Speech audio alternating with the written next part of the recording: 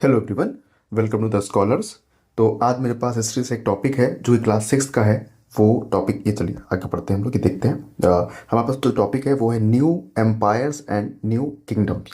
ठीक है, तो इसमें जो पहले किंग के बारे में बताया जाता है वो है समुद्रगुप्त। समुद्रगुप्त के बारे में हम लोग समझेंगे किस तरीके से समुद्रगुप्त की जो प्रशस्तिज हैं उनमें क्या लिखा हुआ है, समुद्रगुप्त को किस तरीके से दिखाया गया है और किस तरीके से थोड़ा सा ये अलग है। तो उससे पहले थोड़ा सा हम समझने की कोशिश करते हैं इनकी जो हियरार्की है, यानी कि समुद्रगुप्त यानी कि जो गुप्त वंश से आते हैं ये। तो गुप्त वंश की जो हियरार्की है वो समझने की कोशिश हम लोग यहाँ इसमें इस वाले फिगर में करते हैं। देखिए, सबसे पहले अगर फाउंडेशन की बात करेंगे तो किसने किया था? वो श्रीगुप्त ने किया था। श्रीगुप्त के बाद आते हैं घटोत्कच, यानी कि ये इनके बेटे हैं। और इनके बेटे के बाद ये आते हैं चंद्रगुप्त फर्स्ट। चंद्रगुप्त फर्स्ट का टाइम क्या था? यानी कि 320 से लेके 335 तक रहे थे। ये कब तक रहे थे? 320 से लेके 335 तक रहे थे।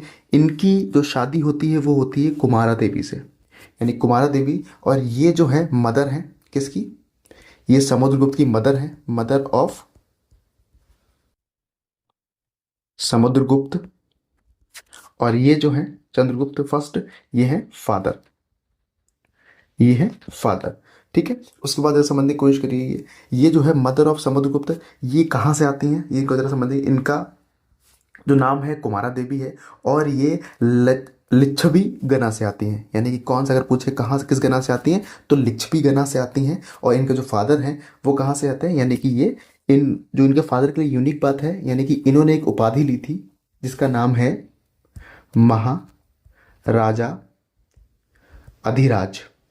और ये सिर्फ चंद्रगुप्त फर्स्ट ने नहीं ली थी, ये इनके जो फादर थे इन्होंने भी ली थी। और इनके जो ग्रैंडफादर थे उन्होंने भी इस उपाधि को धारण किया था। तो ये हमें बात करनी है सिर्फ चंद्रगुप्त मौर्य के बारे में, और कुछ आपके सिलेबस में नहीं है। और जो चीज़ें अब बाद में आएंगी मैं आपको बाद में बताऊंगा। तो आपको सिर्फ चंद्रगुप्त मौर्य के बारे सॉरी समुद्रगुप्त मौर्य के बारे में पढ़ना है, जिनका टाइम क्या रहता है? 335 से लेके 375 तक इनका टाइम रहता है। उसके बाद देखिए चंद्रगुप्त सेकंड आते हैं, इनके बेटे का नाम है, ये इनके बेटे का नाम है चंद्रगुप्त।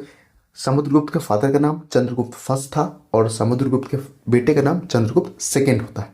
ठीक है, उसके बाद चंद्रगुप्त सेकंड देख लीजिए, ध्रुवा देवी से शादी होती है, कुमार गुप्ता आते हैं इस तरीके से, लेकिन ये आप सबको नहीं पढ़ना है। ठीक है, उसके बाद देखिए हम लोग आगे बढ़ते हैं। और समुद्रगुप्त के बारे में एक छोटी सी और चीज़ें हैं, इनके बारे में लिखा गया है। इनकी जो जानकारी मिली है, यानी कि जो इन्फॉर्मेशन हमको मिली है, जो इन्फॉर्मेशन मिली है हमें मिली है कहाँ से? बाई प्रसस्टीज। जो प्रशस्तिज मिली हैं, प्रशस्तिज मिली है उससे क्या हमें हमें इनके बारे में जानकारी मिली है। और प्रशस्तिज किसने लिखी हैं? हरिसेन ने। हरिसेन कौन थे? इनके कोर्ट के मिनिस्टर भी थे, इंपॉर्टेंट मिनिस्टर थे, एंड पोएट भी थे।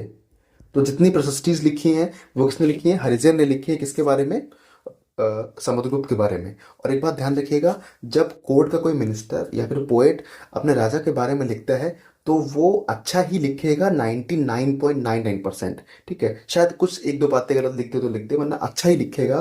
जिससे क्या होता है, राजा खुश हो जाए और बहुत सारी जो प्रॉपर्टी होती है या फिर जेवरात होते हैं वो उसको दे दी जाए। तो इस लालच में चीज़ें इस तरीके से लिखी जाती हैं। तो इनकी जो जितनी भी प्रशस्तिज हैं उन सब में क्या होता है, समुद्रगुप्त की बहुत ज़्यादा तारीफ करी गई है।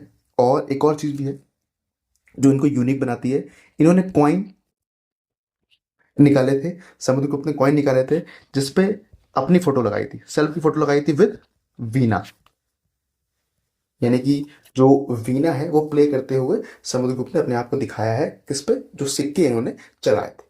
ठीक है, चलिए अब आगे बढ़ते हैं हम लोग। उसके बाद देखिए, उसके बाद देखिए नेक्स्ट जो रूलर है इसको थोड़ा समझने की कोशिश करेंगे हम लोग। उसके बाद नेक्स्ट जो रूलर है वो क्या है?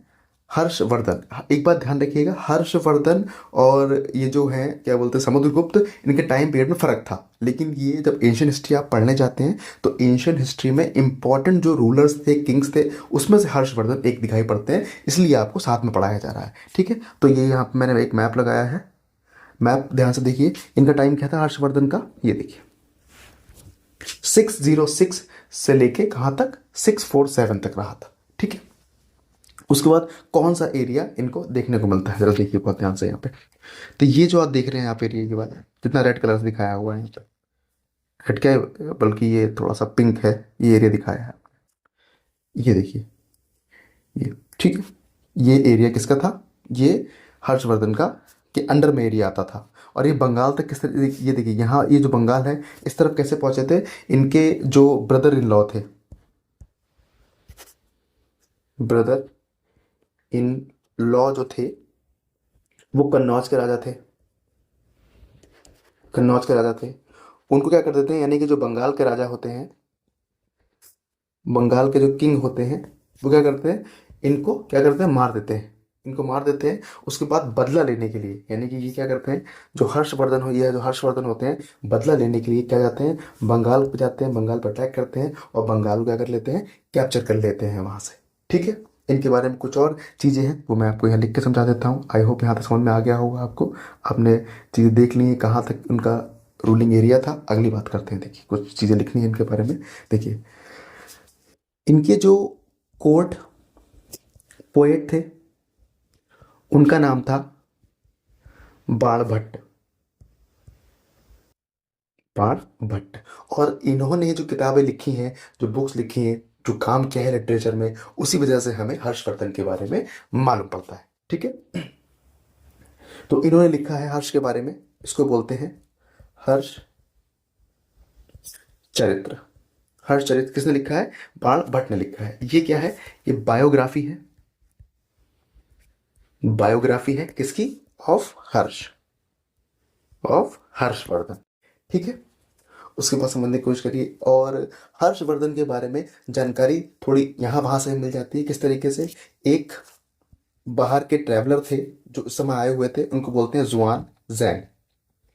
ट्रैवल का मतलब क्या होता है? जैसे कि आपने आज के टाइम पे सुना होगा जो ब्लॉगर होते हैं, यानी कि ट्रैवल ब्लॉगर होते हैं, वो ट्रैवल करते हैं यहाँ से वहाँ। बस फर्क इतना सा है कि आज हमारे पास कैमरा है तो सेल्फी पॉइंट ले लिया, चीज़ें और ले ली, उसको रिकॉर्ड कर लिया, उसको ब्लॉग बना दिया। लेकिन उस टाइम ये हुआ करता था कि चीज़ें वहाँ पर जाएंगे, 7-8 साल 10 साल देंगे और चीज़ों को ऑब्जर्व करेंगे और क्या करेंगे, अपनी जो बुक्स हैं उसमें लिखेंगे उसके बारे में। तो जुआन जैंग ने जो लिखी हैं बुक्स, उससे हम लोगों को हर्षवर्धन के बारे में और चीज़ें मालूम पड़ती हैं। ठीक है, हर्षवर्धन के बारे में कुछ बातें समझ लीजिए ज़रा। ये अपने फादर के, जो इनके फादर थे, उनके यंगर बेटे थे, यानी कि छोटे बेटे थे, यंगर सन।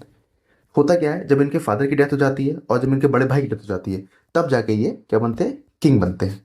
ठीक है, और एक और चीज़ इन्होंने ट्राई किया था, यानी कि ये थोड़ा सा ऊपर आइए तो समझने की कोशिश करिए। ये जो आप एरिया देख रहे हैं ये सब किसका था? हर्षवर्धन का। हर्षवर्धन ने ट्राई किया था कि जो नर्मदा नदी देख रहे हैं आप यहाँ पे, अभी दिखेगी आपको, ये देखिए, ये जो नर्मदा नदी देख रहे हैं, हर्षवर्धन ने ट्राई किया था कि नर्मदा नदी क्रॉस करने के बाद इस तरफ बढ़ना चाहिए हम लोगों को, इस तरफ मतलब यानी कि ये जो इलाका है इस तरफ बढ़ना चाहिए। लेकिन हुआ क्या था, हो ये गया था कि जो उस साइड रूलर्स थे, यानी कि उस साइड जो रूलर थे चालुक्यास, उसमें रूलर, ये चालुक्य डायनेस्टी है, इसमें रूलर का नाम क्या था? पुलकेशिन सेकेंड। इनसे क्या हुआ था, इनके साथ क्लैश हुआ था, जिसकी वजह से हर्षवर्धन वहीं पर रह गए थे और आगे नहीं बढ़ पाए थे। ठीक है, आई होप आपको हर्षवर्धन समझ में आ गया होगा। अब हम लोग चलते हैं अपने नेक्स्ट टॉपिक पे। हम लोग बात करेंगे चालुक्यास। मैंने जस्ट वही बताया चालुक्यास के बारे में। चालुक्यास का मैं आपको एरिया दिखाता हूँ। ये देखिए चालुक्यास का, ये जो आप एरिया देख पा रहे हैं, ये एरिया था। मैंने बताया इससे पहले ये जो एरिया था किसका था, ये यहाँ ये पूरा एरिया देख पा रहे हैं, ये किसका था? हर्ष का था, हर्षवर्धन का था। ठीक है, तो उन्होंने क्लैश किया, किससे क्लैश हुआ था? यानी कि जो यहाँ के पुलकेशिन थे, पुल पुलकेशिन सेकंड, जो यहाँ के रूलर थे, उनसे क्लैश हुआ था। क्लैश होने के बाद क्या कर दिया था, चीजों को वहीं पे रोक दिया गया था। जरा चालुक्य के बारे में कुछ चीज जानने हैं आपको, जान लीजिए जरा। ये जो एरिया आप देख पा रहे हैं, ये वाला एरिया, ये किसका था? ये चालुक्यास के अंडर में था और इनकी कैपिटल थी आईहोल। आईहोल वॉज द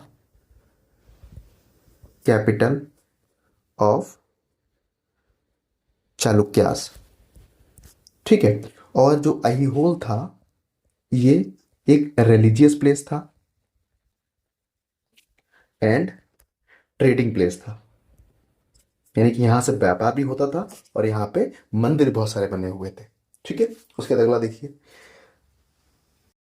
और चीजें इनके बारे में जो है, बेस्ट रूलर की बात अगर करेंगे, क्योंकि रूलर्स तो बहुत सारे होते हैं, वॉरियर बहुत सारे होते हैं, लेकिन उसमें से कोई एक का नाम होता है या दो का नाम होता है अच्छा होता है, जो मतलब कि जिन्होंने बहुत बड़े वॉरियर होते हैं, जिन्होंने बहुत सारा एरिया कैप्चर किया होता है, उसमें का एक एरिया था, उनका नाम है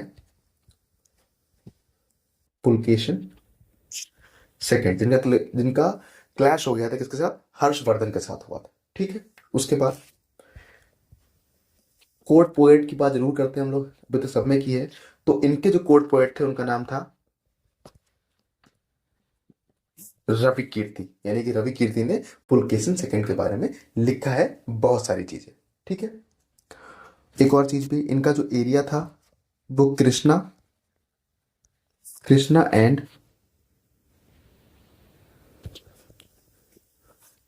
तुंगभद्र रिवर के बीच का एरिया था, यानी कि इसके बीच का जो एरिया था वो यहाँ पे, यानी कि ये जो आप एरिया देख रहे हैं वो कृष्णा और तुंगभद्र के बीच का एरिया था। क्या, किसके पास, चालुक्यास के पास। ठीक है, आई होप समझ में आ गया होगा। अब अगली बात करते हैं हम लोग पल्लवास के बारे में, थोड़ी सी बात करेंगे। पल्लवास के बारे में बहुत ज़्यादा पढ़ने की जरूरत नहीं है, लेकिन बस थोड़ा सा पढ़ेंगे पल्लवास के बारे में। देखिए पल्लवास, पल्लवास का एरिया देख लीजिए, ये वाला, ये जो एरिया देख रहे हैं, ये जो एरिया है ये पल्लवास का था। और कृष्णा से लेके ये वाला एरिया, इससे पहले की अगर बात करेंगे, यानी कि देखिए जो इससे पहले की बात करेंगे किसके पास था, चालुक्यास के बारे पास था। किसके पास था, चालुक्यास के पास था। और अगली बात जो है इसमें इसमें बस समझने वाली बात ये है कि जो पल्लवास थे, उनकी कैपिटल क्या थी, उनकी कैपिटल हुआ करती थी कांचीपुरम। कांचीपुरम यहाँ पे है ये। और आसपास क्या था इनके, कावेरी डेल्टा हुआ करता था। ठीक है, एक और चीज में समझने वाली है, यानी कि जो पल्लवास थे वर्सेस चालुक्यास, यानी कि ये क्लैश बहुत ही कॉमन है जो देखने को मिलता है। यानी कि ये इधर से पल्लवास लड़ लेते हैं इधर चालुक्यास से, और चालुक्यास लड़ लेते हैं इनसे पल्लवास से। यानी कि ये बहुत मोस्ट कॉमन क्या बोलते हैं क्लैशेस हैं जो कि साउथ में देखने को मिल जाते हैं। ठीक है, अब कुछ इंपॉर्टेंट पोजीशंस हैं, उनके नाम की बात हम करेंगे जो कि वहां पे दे रखी है। देखिए इंपॉर्टेंट पोजीशन का मतलब क्या है, यानी कि ये सब कॉन्टेम्प्रेरी वर्ल्ड में चल रहे थे उस समय। यानी कि हर्षवर्धन की बात कर लीजिए, पल्लवास की बात कर लीजिए, चालुक्यास की बात कर लीजिए, तो इनमें एक कॉमन सी हिरार्की दिखाई पड़ती है, यानी कि पोजीशंस की। पोजीशन का मतलब जैसे कि आज का समझ लीजिए, डिस्ट्रिक्ट मजिस्ट्रेट होता है, एसडीएम होता है और एसपी होता है, इस तरीके की चीज़ें होती हैं। उस तरीके से ही क्या होता था, यानी कि इस समय मिनिस्टर होते हैं, अलग अलग तरीके के मिनिस्टर हैं, तो उस तरीके से ही पोजीशन के नाम थे। तो वो मैं आपको कुछ लिखवा देता रहा हूँ, ये सभी का है। यानी कि पल्लवास की बात करेंगे, चालुक्यास की बात करेंगे, हर्षवर्धन की बात करेंगे, सभी की बात करेंगे, सभी में आपको ये कॉमन देखने को मिल जाएगा। तो सबसे पहले हम लोग बात करते हैं, देखिए पहला पॉइंट, जब कुछ पॉइंट्स हैं तो मैं आपके लिए लिखूंगा, एक मिनट, चलिए शुरू करते हैं। तो पहला पॉइंट जो अच्छा है, एक उपाधि का नाम है महादंड नायक। महादंड नायक, इसको क्या बोलते हैं, इंग्लिश में क्या बोलेंगे, चीफ जुडिशियल ऑफिसर। ठीक है, उसका एक और उपाधि का नाम है जिसका नाम कहते हैं कुमार अमात्य। ये एक इंपॉर्टेंट मिनिस्टर हुआ करते थे। अगला समझिए, इसको बोलते हैं सांधी, मतलब इसको संधि पढ़ेंगे, संधि विग्रहिका, संधि विग्रहिका। इसको क्या कह सकते हैं इसको, यानी कि कहेंगे minister of war and peace. इसका मतलब यानी कहीं वॉर हो रहा होगा तो वॉर पे जो चीज़ें निगरानी रखी जाएगी, वो ये जो भी इस पोजीशन पर रहेगा वो देखेगा। और पीस किस तरीके से आएगा, यानी कि दो जब आर्मीज लड़ रही हैं तो उनमें जो क्लैशेस चल रहे हैं उसको शांत कैसे कराया जाएगा, बातचीत किस तरीके से होगी, तो ये मिनिस्टर देखा करते थे। इन सब में एक कॉमन बात है, यानी कि ये तीनों ही जो पोजीशन है किसके पास हुआ करती थी, ये हरिसेन के पास हुआ करती थी। हरिसेन जो जिनके पोएट के बारे में बताया मैंने आपको, हरिसेन के पास ये तीनों पोजीशन हुआ करती है, यानी कि पोएट भी थे और ये इस तरीके तीन मिनिस्टर भी जो पद थे उनके पास ही हुआ करते थे। ठीक है, उसके बाद देखिए और कुछ पद के नाम है, पोजीशंस के नाम है। अगला है नगर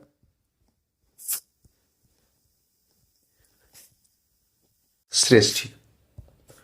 इसको कह सकते हैं चीफ बैंकर, जो आज होते हैं बैंक में जाते हैं, उनका नाम है ये, नगर श्रेष्ठी। अगला शर्तवाह। शर्तवाह का मतलब क्या हो गया, यानी कि समझ लीजिए leader of merchant Karwar. Merchant का मतलब यानी कि जो बिजनेसमैन हुआ करते, जो ट्रेडिंग करते थे, यहाँ से वहां बेचने वाला काम करते थे, उनका जो लीडर हुआ करता था उसको बोलते थे शर्तवाह। नेक्स्ट देख लीजिए प्रथामा। इसे क्या बोलते थे, प्रथामा कुलिका। प्रथामा कुलिका इसका मतलब चीफ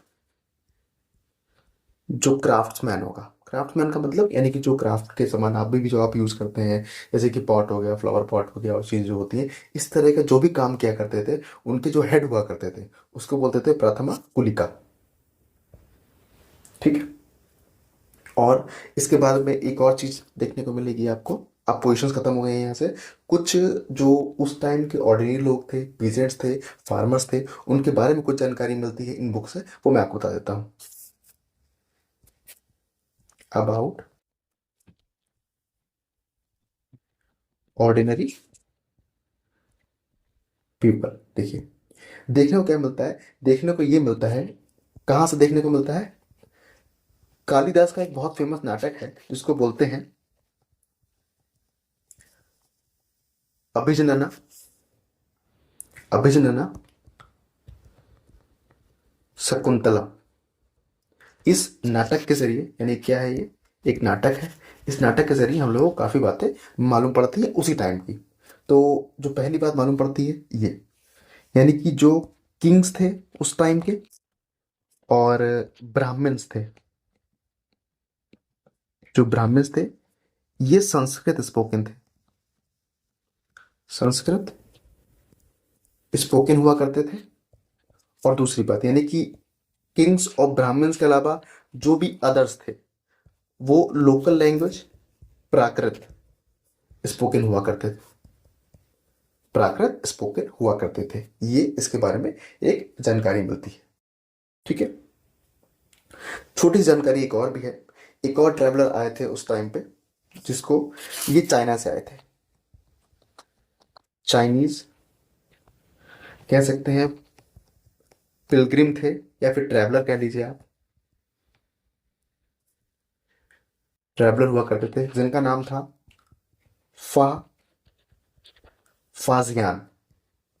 इन्होंने इसके बारे में लिखा है, यानी कि उस समय एक पॉपुलर रिचुअल्स हुआ करता था जिसको बोलते थे अन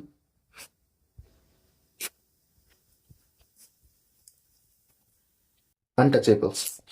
अनटचेबल्स का मतलब यानी कि वही लोग, यानी कि जो आपने अभी भी सुना होगा, जो अनटचेबिलिटी होती है, यानी कि छुआछूत, वो ऊंच जात का है, वो नीच जात का है, नीच जात वालों को नहीं छूते हैं, इस तरीके की जो आपने चीज़ें देख रखी हैं, आसपास देख रखी हैं। तो ये यहाँ से मालूम पड़ता है, इन्होंने अपने बुक्स में लिखा हुआ है, यानी कि ये भी चीज़ें दिखाई पड़ती थी।